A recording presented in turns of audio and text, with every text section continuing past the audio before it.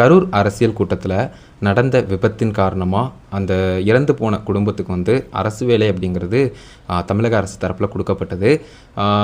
இதில் வந்து நிறைய பேர் வந்து பார்த்தீங்கன்னா இந்த அரசு வேலை கொடுத்தது சரியா தவறா அப்படின்னு சொல்லிட்டு விவாதிக்கலாம்.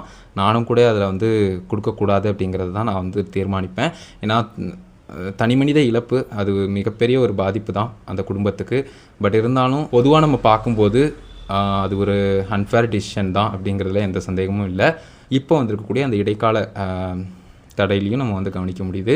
மக்களை பற்றி மாணவர்களை பற்றி யோசிக்காமல் டைரெக்டாக வந்து பார்த்தீங்கன்னா இந்த மாதிரி ஒரு அரசு வேலை அப்படிங்கிறது தனிப்பட்ட அவங்களோட கட்சி மீட்டிங்கில் வந்து இறந்தவங்களுக்கு கொடுக்கறது அப்படிங்கிறது அரசின் தவறு. இது இந்த தீர்ப்பு வந்து ஒரு வேலை வந்து வழங்கலாங்கிற மாதிரி வந்தாலும் கூட அது கண்டிப்பாக வந்து பார்த்தீங்கன்னா மற்றவர்களிடையே கண்டிப்பாக கேள்வி எழுப்பும்.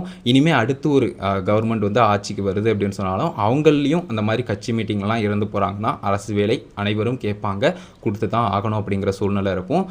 தப்பான முன்னுதாரணமாக தான் ஆக்கப்படும் அப்படிங்கிறதுல எந்த சந்தேகமும் இல்லை.